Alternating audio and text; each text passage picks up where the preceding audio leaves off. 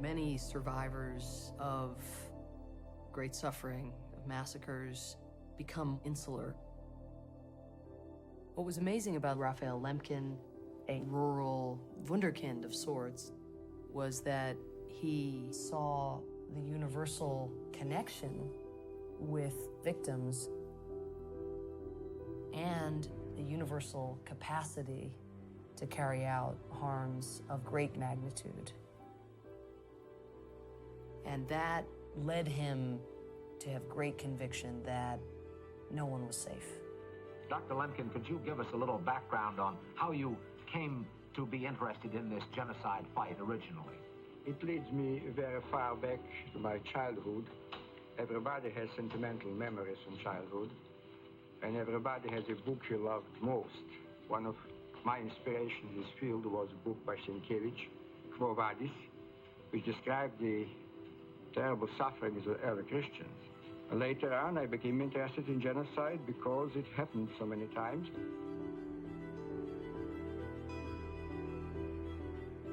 Most people don't believe that other people are capable of these kinds of crimes, even today. But Lemkin knew. In Rwanda, up to 200,000 people have died in a month. About 1.3 million Syrians have fled their country's bloody two-year conflict. Sudanese President Omar al-Bashir has been accused of masterminding a campaign of genocide in Darfur.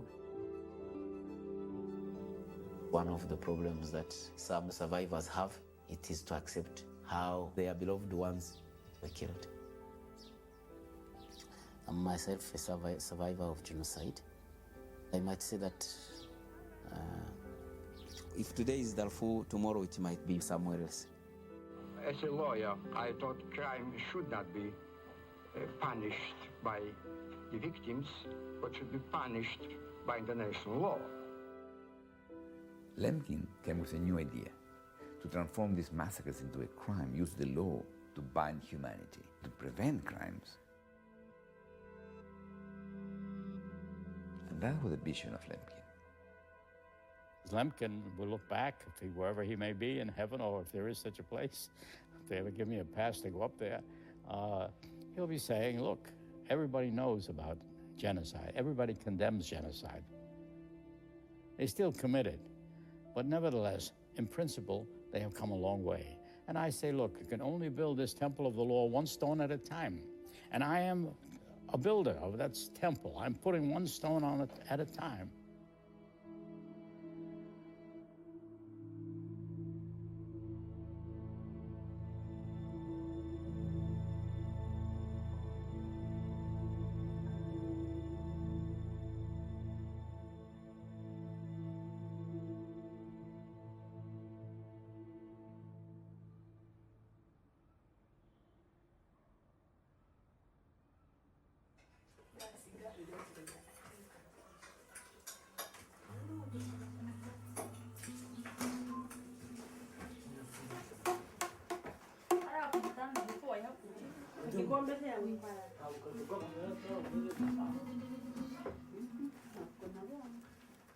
Ujya niba bisigaye mu rugo kandi ukwezi n'igice si kera.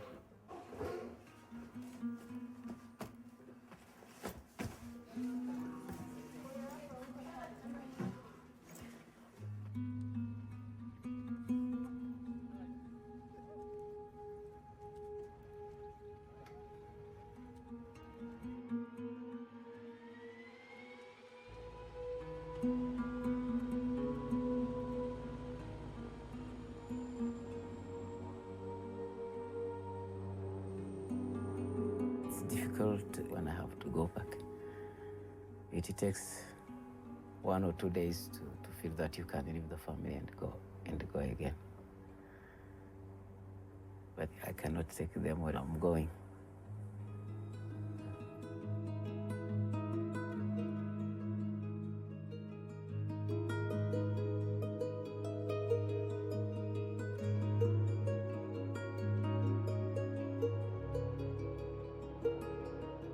Scattered across this vast, arid landscape is the evidence of what is said to be a deliberate attempt to destroy an entire population.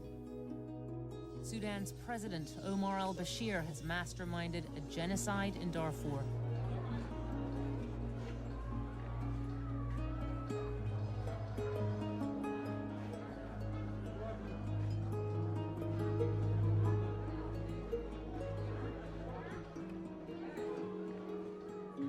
Refugees who live in camps in eastern Chad have witnessed children being thrown into the fire, have gone and picked up the limbs of their family members and buried them, have seen their villages torched, their livelihoods, their cattle, everything taken.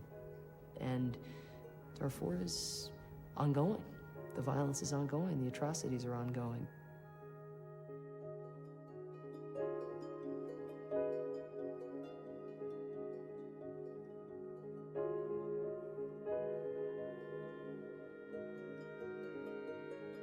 Al-Bashir forces absolutely targeted these people. It's exactly what Lemkin was trying to avoid. I think he will end badly. Bashir will end badly, but who will survive in Darfur? What happened with the people there? My fear is Darfur could be forgotten.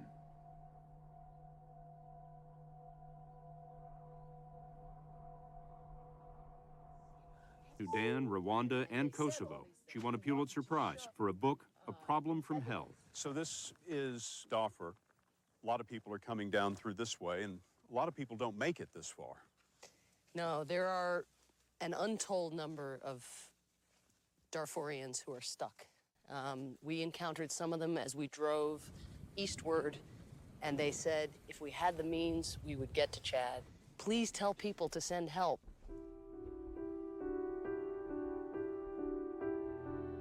The United Nations Security Council has, for the first time, voted to refer a case to the recently formed International Criminal Court in The Hague. It could be many years before anybody responsible for the crimes in Darfur ends up in court. Yet today is a milestone. This International Criminal Court ADAs, the law will help to control violence. And then we start this movement. Right now, he's the nearest thing to hope for the people of Darfur. A soft-spoken lawyer, but on a mission of justice for those without a voice. He told the world how Sudanese officials had deliberately targeted civilians. The fabric of society is destroyed. They attack and they rape, they kill, they bomb, and they force 2.5 million people into camps.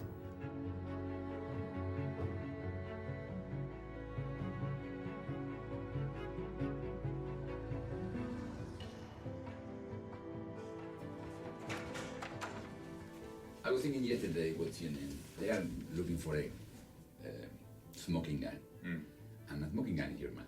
This is the map. This is the map of the attacks. Let me put together. Boom. This is the impact. I know. You understand? Yeah. Good.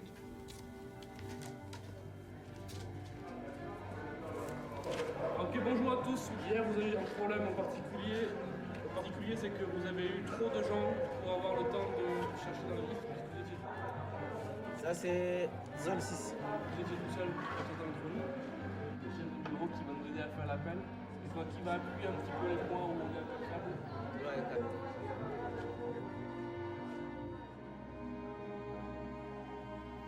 Oui, il y a de l'espace, salé.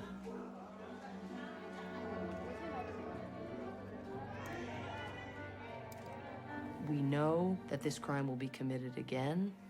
We know that the only signal a potential perpetrator of today can take from history is that you can get away with it. And that was Lemkin's point, that you have to create the impression that perpetrators will be watched, that they will be accountable in some fashion. One of the things he used to say was that a line of blood ran from the Roman Empire to the present, right up to the Jews who live nearby. He was a Polish Jew who had been born near the town of Białystok. He had grown up in an area which kind of changed hands between the Poles and the Russians and the Germans, and kind of never knew who would be responsible for next year's pogrom. During the First World War, his family had been displaced from their homes. They'd hid out in the forest. So he had a great empathy, I think, born of himself having suffered dislocation. When Lemkin was 12 years old, he read a novel called Quo Vadis, which described the Roman Emperor Nero's extreme brutality inflicted against Christians and other minorities. He had always, as a boy, consumed historical details of what the French had done to the Huguenots, of what the Mongols had done to this minority. I mean, very unusual reading. Something about the pain of the people who were dying in carnage elsewhere registered with him in a deep and galvanizing way.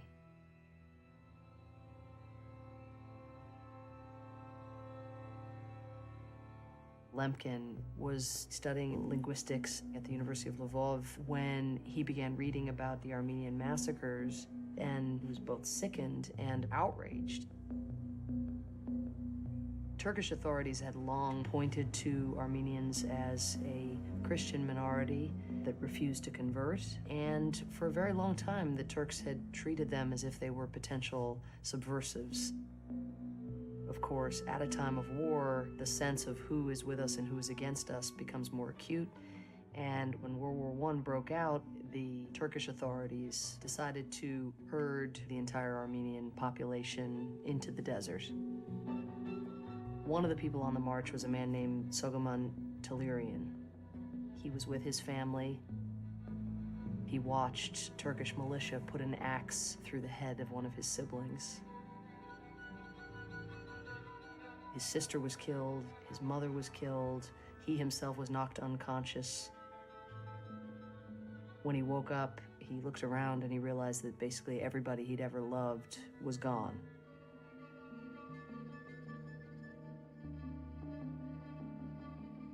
But later, after he actually made it to safekeeping, he decided to take matters into his own hands.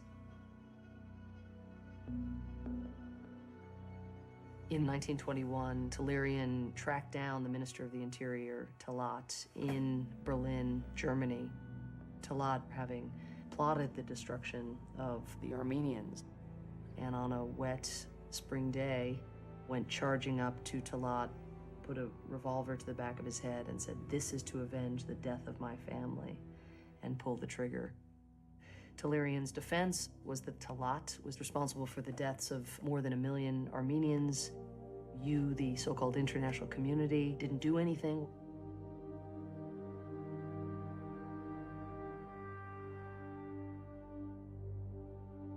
It just can't be the case that over these centuries we have this recurrence of a pattern. Something clicked in him.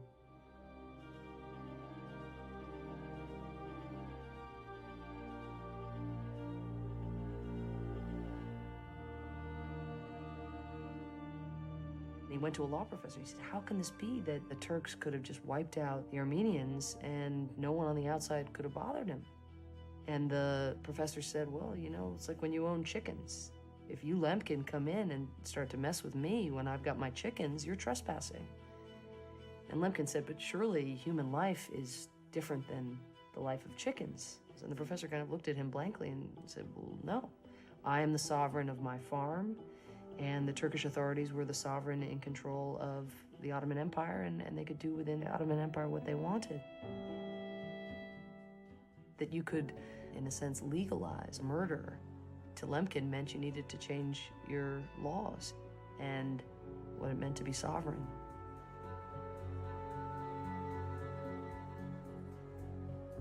This epiphany in his early 20s led him to put linguistics aside, to focus on law, and to decide that he, Raphael Lemkin, will be the lawyer who invents the international law to ban the practice of destroying national, ethnic, or religious groups. He's gonna be the guy, says this 21-year-old.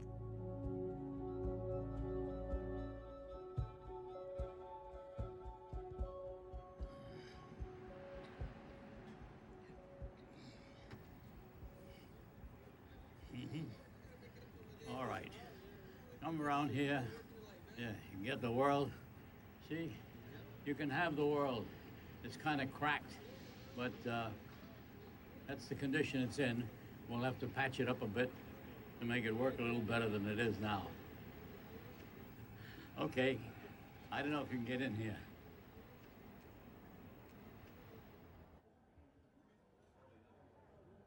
The age of about 50, I set some goals for myself, perhaps a midlife crisis. I said, I'm not going to work for clients. I'm going to try to prevent the next Holocaust.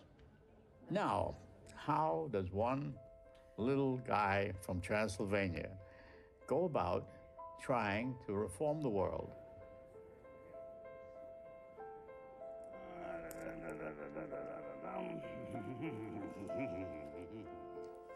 Honey will get you more flies than, I don't know what, something else. Have a date with the lady from Greece now. I have to go find her. Okay. I give them kisses and wisdom. They take the kisses, the wisdom they leave for others. Okay. Let me go get somebody else here.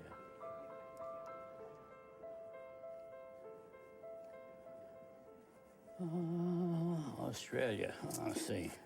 Did I give Australia one of these informative little booklets on the crime of aggression? No. Well, now you have it. China. That's the one I need. How are you? Thank you. Fine, thank you. Now, I'm going to give you, first of all, a symbol. Thank you so much. Made in USA. Wow, really? Not in China. I've given you one of these. Oh, yeah. You know, to create a global community on the law is complicated because they're far to have a common understanding of how to live in the world. That's why we are just such a primitive community. The global community is very primitive. So the work can have to be based in organizations, institutions with a mandate and people following the mandate. And that was the vision of Lemkin.